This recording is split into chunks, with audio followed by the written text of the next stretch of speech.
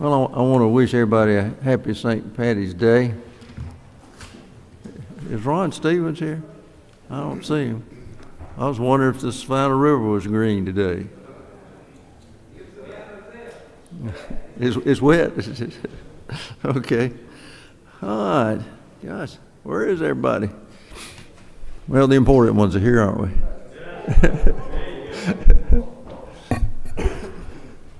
Chairman Green, would you open us with prayer, please, sir?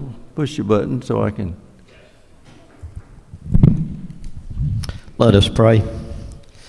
Our Heavenly Father, we look to Thee for guidance.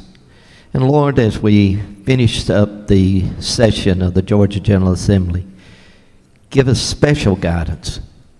Bless us, O Father, that we may make the right decisions and that we may serve the people of the state of Georgia in a way that is unto Thee a blessing. And Father, we just ask You now to go with us through this meeting. Go with each member here. Bless them, guide them, and direct us this day. In Thy holy name we pray. Amen. Thank you, sir. Okay. Ms. Lewis, is Mr. Mullis out there?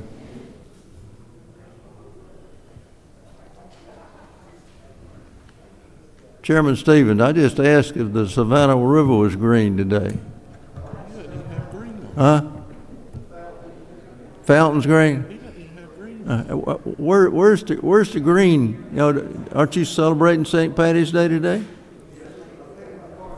Oh, you painted your car green? Okay. I don't guess Chairman Mullis is here, so I'm going to have to wait and let him go. Is he out there? Okay, bring him in, please.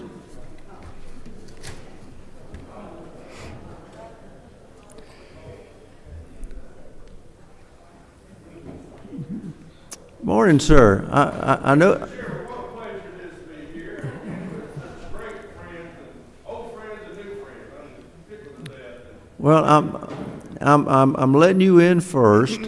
You were scheduled to be last, but I've got you down first, considering I understand the importance of your job and the demands that are on your time. So I'm going to go ahead and let you present Senate Bill 221. Who, from what I understand, Whip Kelly is going to be carrying for you. Yes, sir. Okay. Northwest Georgia, they say up there. Okay. And look, ditto on what you said. Thank you. And you'd have the same respect with my committee as well. Well, Mr. Chairman, this is Senate Bill 221, and this is leveling the playing field. I had my Republican friends say, this is helping the Democrats. And it is. And I've had my Democrat friends say, this is helping the Republicans. And it is. This is leveling the playing field. This is shining the light on what is dark money. This will make PACs, in this regard, transparent. It affects some statewide positions.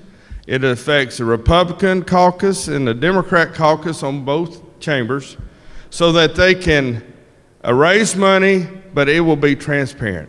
Everything will be disclosed of who gives you the money and how you spend it. In the current PACs, that's not always the case. So this, again, is the fair fight, they say. This, again, is leveling the playing field, and I'm proud to bring it to you today. Okay, we got a couple of questions. Sure. Chairman Fleming? No, he passes. Mr. Williams. Thank you, Mr. Chairman. I don't pass. Okay. Good to see you, Mr. Chairman. You too. Thank you. From the man from the coast. How does this affect federal elections? I don't believe it does. This is just a statewide, state elections. I want to make sure. Thank you. Mr. Wilkerson. I'm going to try to... Thank you, Mr. Chairman. I can hear you. Thank you.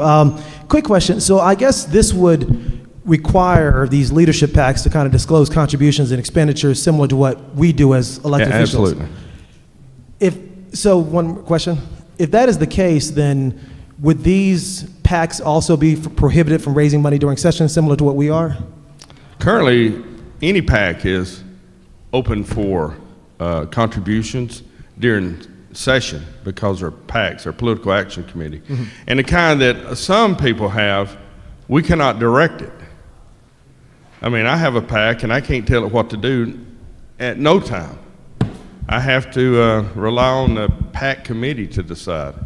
But a lot of times, you know, there are a lot of questions in that. Okay, so last question, I guess. Yes. So as an individual, I mean, as the lowly whip, I can direct where it goes, but if we had one of these leadership PACs, I can raise during session and direct where it goes. Is that correct? That's correct. I mean, I'm not going to because I'm... Yeah, and I wouldn't either. Yeah.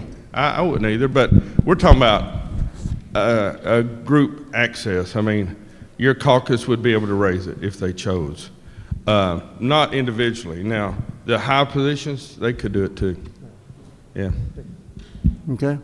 Oh, very good. Let's see no more questions. Thank you, sir. Thank you, and please allow me to be of service to you. Thank you, sir. Have a good day. Okay, is Senator Anderson outside?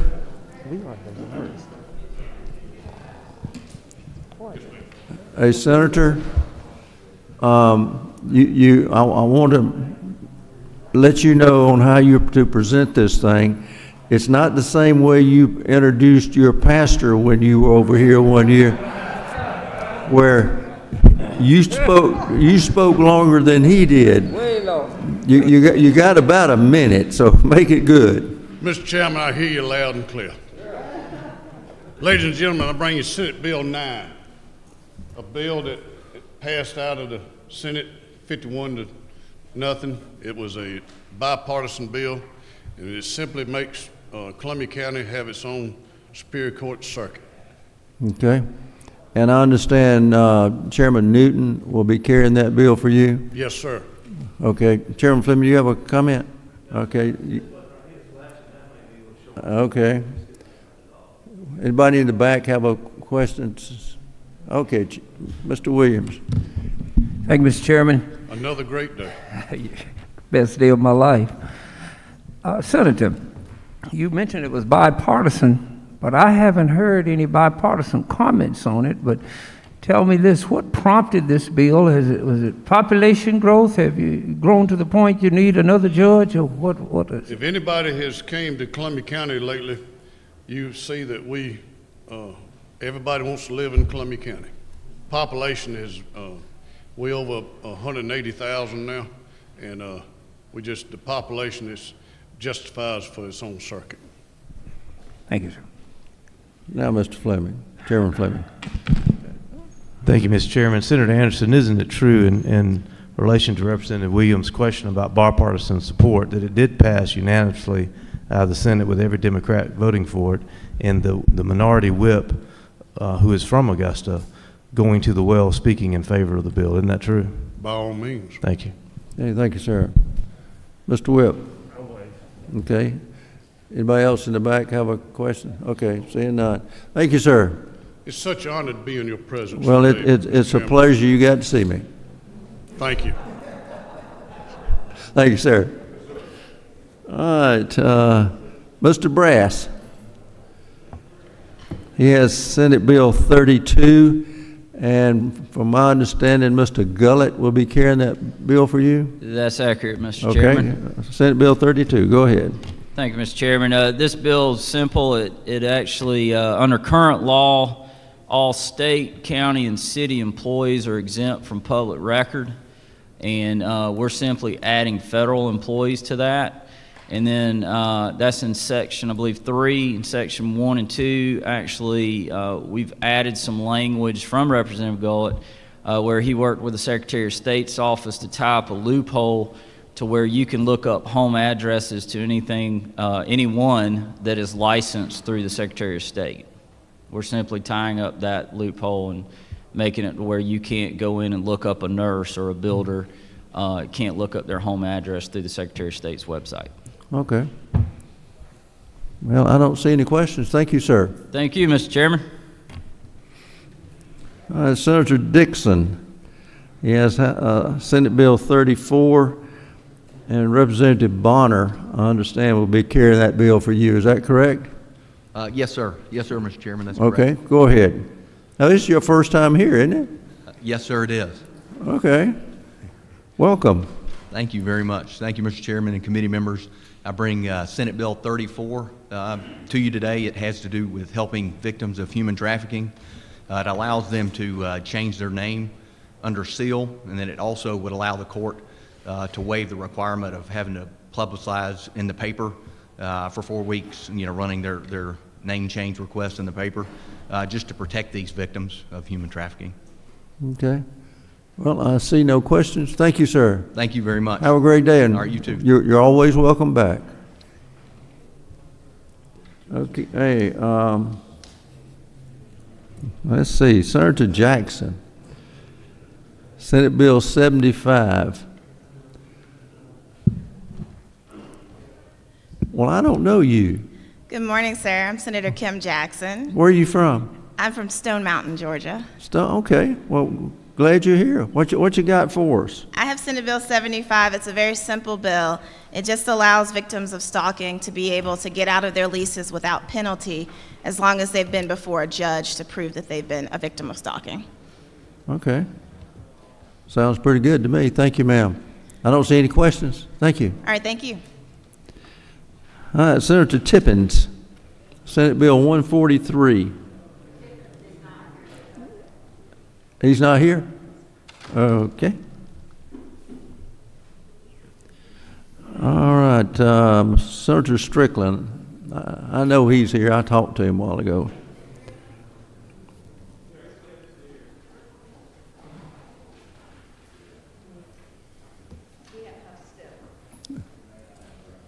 He'll be next. Thank you, Mr. Chairman, members of the committee. I have Senate Bill 163, and this is the bill that the Chief Justice mentioned yesterday as a bill that help us get jury trials going again in our state so we can get our criminal cases tried in the next couple of years. Okay, and Senator Representative Gunter is going to be carrying that bill for you? Yes, sir. Okay.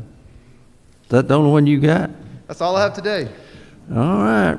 Thought we trained you better. I'm working on it. Good to see y'all again. Okay. Senator Huffstedler.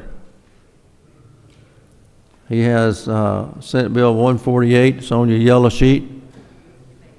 And Chairman Hawkins will be carrying that bill for him. Senate Bill 148, Senator. Thank you, Mr. Chairman. This bill attempts to do the same thing that was done in 2010. We had a study committee formed from economists, executives. It was headed up by A.D. Frazier, which I never knew him that well, but people told me that they knew him, and also he and Billy Payne were the two that did the '96 Olympics together. And this committee brought college professors, CPAs, different groups together to say, what can we do to make Georgia more competitive? And a lot of good things came from that study committee. And at the time we were number 8 to do business in, moved up to number 1. Many of the things that they recommended, such as the transportation tax, changing the way we did it, taking the tax off of energy. A lot of good initiatives came out of that. Even some sales tax things we extended that finally took place this last year were out of this committee. So this just sets us up to go through the end of next year and have a long-term look at it and what we need to do for the next decade to continue to be competitive. Okay.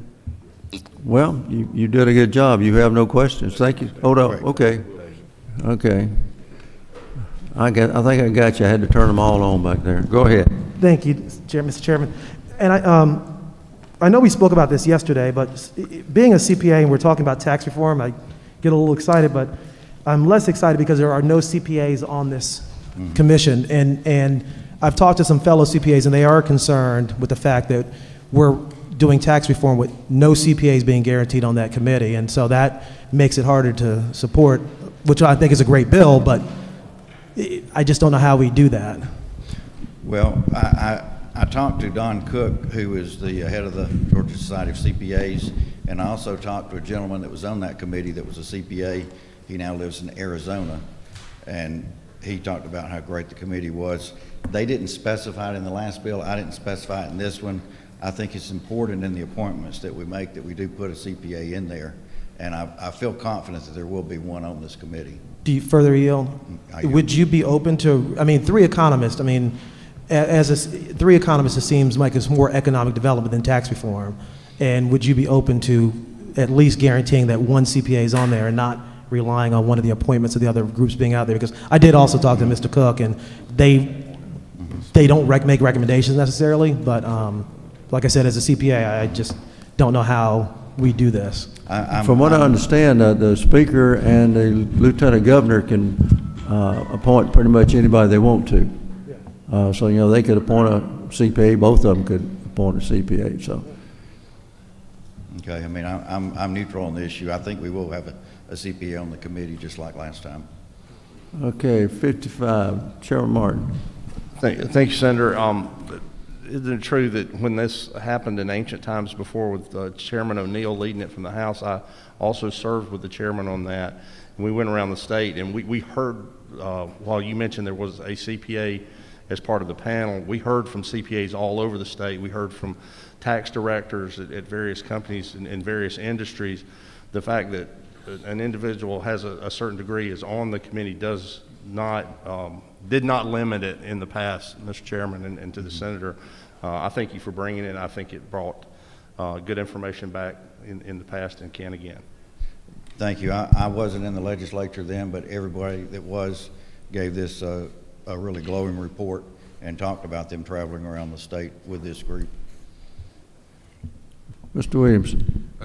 Thank you. Chairman, you might have said this in your remarks, but is this composed exactly like it was the last time as far as actually, the last one had the, because it was at the end of Sonny Perdue and the beginning of Nathan Deal as governors, they both were on there. I changed this up to say that the minority leaders in the House and the Senate would have a fiscal expert of their choosing they could appoint to this committee. Is it but approximately the same number of people? Approximately the same, yeah. Thank you. Okay. No more questions. Thank you, sir. Thank you. All right, Mr. Senator Walker, he's got two bills. Welcome, Senator. Senate Bill 168, which will be carried by Representative Gunter, and Senate Bill 169 that will be carried by Representative Gunter. Good morning, Mr. Chairman and committee. Thank you for having me this morning.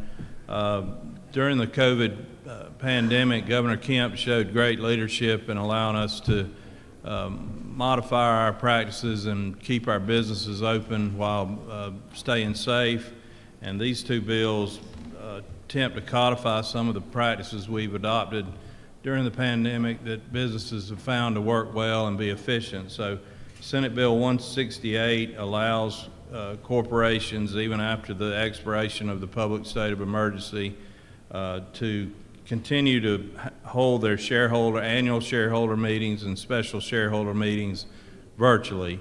Does not require them to hold them virtually, but allows them to the option of continuing to do that. Okay.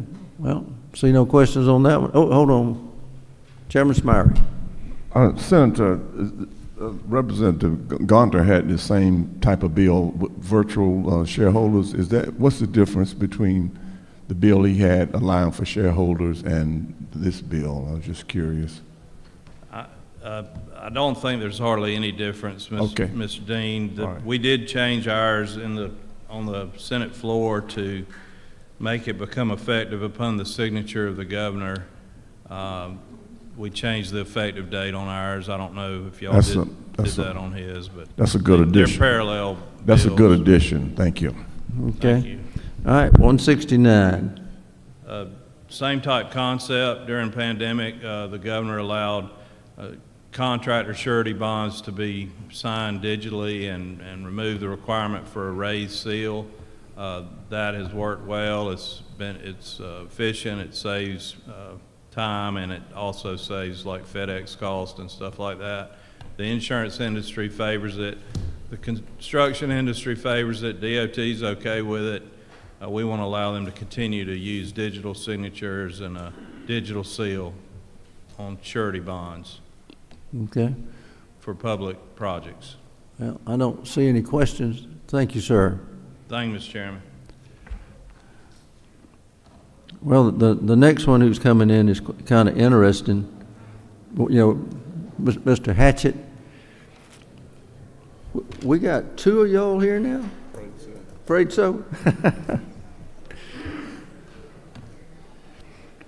All right, Senator Hatchett. Thank you, Mr. Chairman. Where is the 50th district? 50th district is the northeast corner of Georgia. Northeast, okay. It's a pleasure to now, be. what relation to you or to him? That's my uncle. That's your uncle. Is he the one that taught you all you know? Everything I know. That's kind of scary, folks. Very scary. Okay, Senator, go ahead. House Senate Bill 185, which will be carried by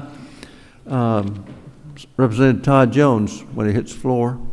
Yes, Mr. Chairman. Senate Bill 185 is a taxpayer fairness bill. The tax tribunals, which were created in 2012, when you have a dispute, you go in front of the tax tribunal. If a regulation is ambiguous, they automatically defer to the department's interpretation of it, which kind of leaves the taxpayer fighting an uphill battle. What this does is it takes away deference to that, to the department's interpretation of the regulation and levels the playing field for taxpayers. And this passed unanimously in the Senate. There is no opposition, and I would appreciate it moving forward over here in the House. You got a question, Chairman Hatchett. Senator Hatchett. Oh boy, that sounds weird. So this is a bill that's for the people. It gives the people a little more more level playing field with the agencies and departments, correct? Yes, it does. I'm really disappointed in you. You know, you have Irish blood. Both of your parents are from Dublin, Georgia, and you don't have any green on. I mean, well, we don't need to see other things, but you know. I got a 4-H pen right here. You got to do better. You got to do better, Senator Hatchett. Okay, Mr. Whip. The leader. Okay, excuse me. Thank you, Mr. Chairman. Senator Hatchett, I guess it would be true you have a lot of room to learn because Chairman Hatchett didn't have a whole lot he could teach you, I don't think. I'm just saying. Goodness. And okay. Would this not allow the citizens of Georgia to and the state agencies to more closely follow legislative intent when rules that may be contrary to the intent are adopted by state agencies? It would be much more fair to the citizens of this state. So thank you for the legislation. Thank you. That was kind of rough. But it's true. Okay. Yeah, friends like that. Thank you, sir. I don't see any more questions. Thank you very much. Mr. Robertson, Senate Bill 210, and that will be carried by Representative Momtahan. Morning, sir. Good morning, Mr. Chairman. I hope y'all are doing well this morning. Hey, there's only 2 weeks left. Yes, sir. And 4 spit cups. Mr. Chairman, I'm here today on Senate Bill 210, and what this legislation does, it allows the drivers of Georgia to purchase a digital license plate that when they purchase their tags and their specialty plates online, they will be able to have all of that information loaded to the digital license plate. The Georgia Department of Revenue is comfortable with this legislation. This technology has been in development and use in other states for the past 4 years, and it also has some public safety benefits where if your vehicle is stolen, when you report it to local law enforcement, they will place a stolen banner across your plate so it can be identified by other motorists and law enforcement. And it also provides the same technology for Amber Alerts and Silver Alerts when children or elders are lost or kidnapped. Okay. Chairman Jaspers. Thank you, sir. Just got a question. So, when we were learning about this yesterday, so can the individual control that in any way? Can they turn the electronic tag off while they're driving away? And let's say they're doing some nefarious deed. Can they turn it off? No, sir. The driver of the vehicle cannot turn it off. And if they attempt to detach it, there's a detached plate flash on it. There's a battery inside of the digital license plate in addition to it being connected to the vehicle that has a 5-year battery life. So any attempt to do that, the only individual that could turn it off would be the vendor used by the Georgia Department of Revenue to upload the information to it. It primarily runs off of cell phone technology for the most part. So when it's sitting, if I can, Mr. Chairman, sitting in a parking lot, it's on, just like it was. So if law enforcement's looking, they can look, so it never goes off, just like our tags do now. Yes, sir, and it can also be read with a tag reader that private businesses and public safety currently use. Yes, sir. Okay, thank you, Mr. Chairman. Representative Williamson. Thank you, Mr. Chairman. To the author of the bill, just sort of similar vein, are these tags being provided as original equipment by any of the car manufacturers? No, sir. Currently, they would be an accessory that the individual would purchase separate from ad valorem taxes and any of the specialty tags with the universities or any of the other tags that we currently use here in the state of Georgia. So it's an accessory that displays the Georgia State auto tag. Okay, thank you. Yes, sir. Chairman Martin, I think it's you. Yes, sir. Thank you, Chairman, for bringing.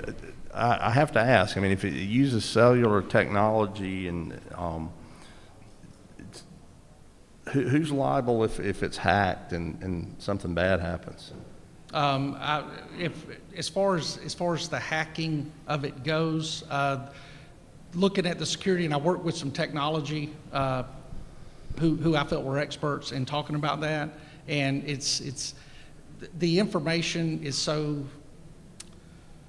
I hate to use the word simple, but the way it works, the hacking on this is much more difficult than it would be on more advanced technology that we experience today.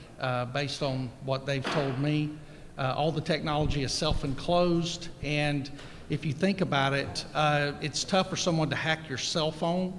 What they do is what you ever download and put into your cell phone is where most of the time your cell phone is penetrated. And on this, the penetration is not there on the individual item. If I can follow up, I guess I'm more concerned with if somebody at the state can put something on that tag, an Amber Alert, then that could be hacked and something else could be put on that tag. If that occurs and they put a message on that tag that causes somebody to be pulled over, I'm trying to think, where does the liability land? Does it land on the company? Does it land on the state where sovereign immunity would be pulled? I mean, and I know this is permissive. I mean, if I'm worried about that, I don't get one. But maybe I can talk to you offline about just where that liability, and then how many vendors do this now?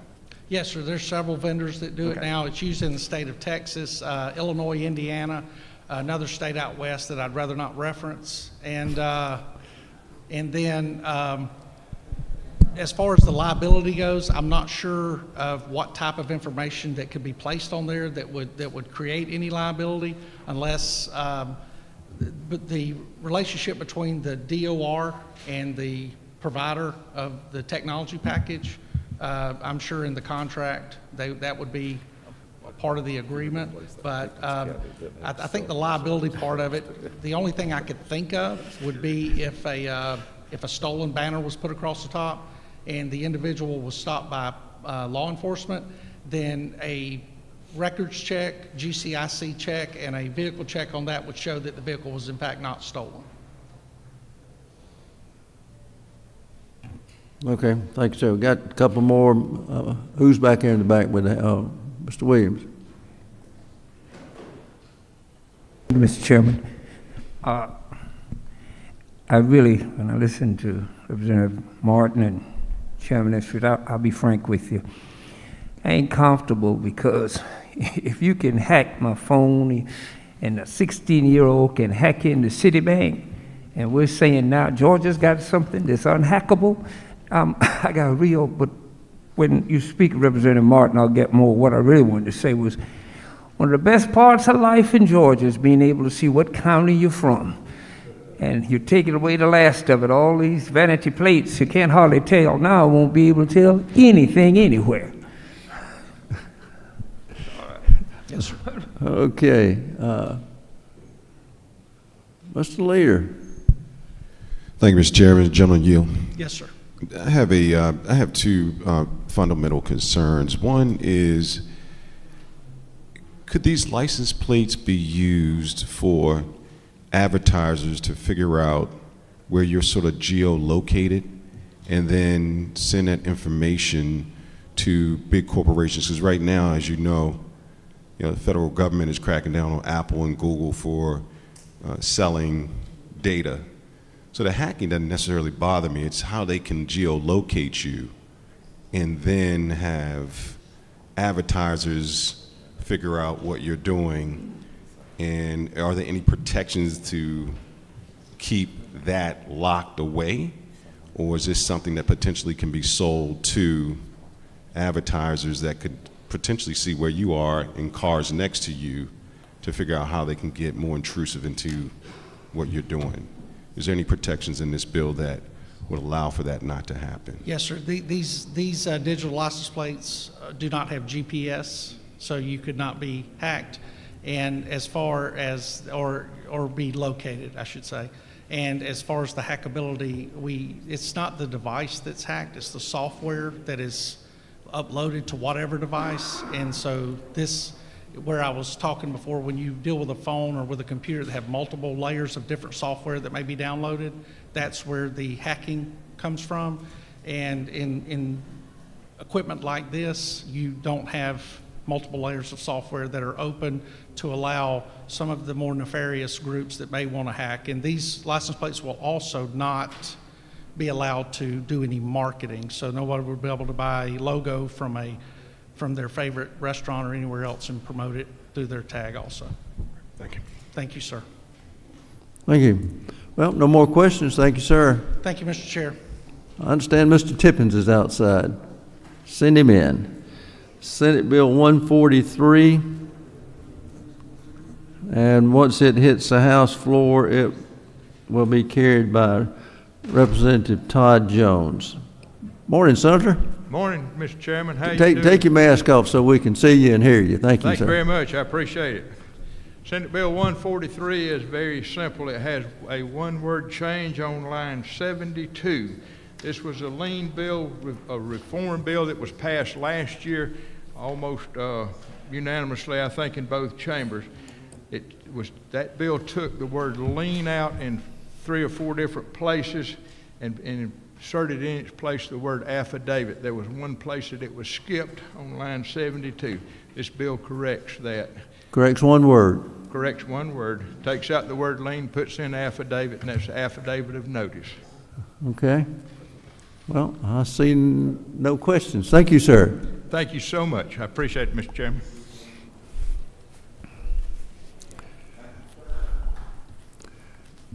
Okay. Chairman Smyrie came up on something a while ago. You notice some of these bills look exactly like things we passed earlier? I mean, almost word for word. Okay, well, let's set the calendar for tomorrow. Okay, Senate Bill 34, do I hear a move? Got a move and a second. All in favor say aye. All opposed like sign. It's on. Senate Bill 66, do I hear a move? Got a move and a second. All in favor say aye. All opposed like sign. It's on. Senate Bill 143, nope, excuse me. Yep, 143. 143, do I hear a move? Okay, I had him marked out since he didn't show up the first time. I got a move and a second. All in favor say aye. All opposed like sign. It's on. All right, Senate Bill 148. Got a move and a second. All in favor say aye. All opposed, like sign. It's on. Senate Bill 163. Do I hear a move? Got a move and a second. All in favor say aye. All opposed, like sign. It's on. Senate Bill 168. Do I hear a move? Got a move and a second. All in favor say aye. All opposed, like sign. Senate Bill 169. Do I hear a move? Got a move and a second. All in favor say aye. All opposed, like sign. It's on. Senate Bill 210. Do I hear a move? Got a move. Senate Bill 210. Got a move and a second. All in favor say aye. All opposed, like sign. Okay, all those who say no, raise your hand. Got 1, 2, 3, 4. It's on. Senate Bill 221. Do I hear a move? Got a move and a second. All in favor say aye. All opposed, like sign. All opposed, raise your right hand. It's on. That concludes the calendar for tomorrow. We have a motion from the Majority Caucus Chair. Thank you, Mr. Chairman. I move that pursuant to Rule 33.3, debate be limited to 1 hour on each bill on tomorrow's calendar, time to be divided at the discretion of the Speaker. Got a move and do I hear a second?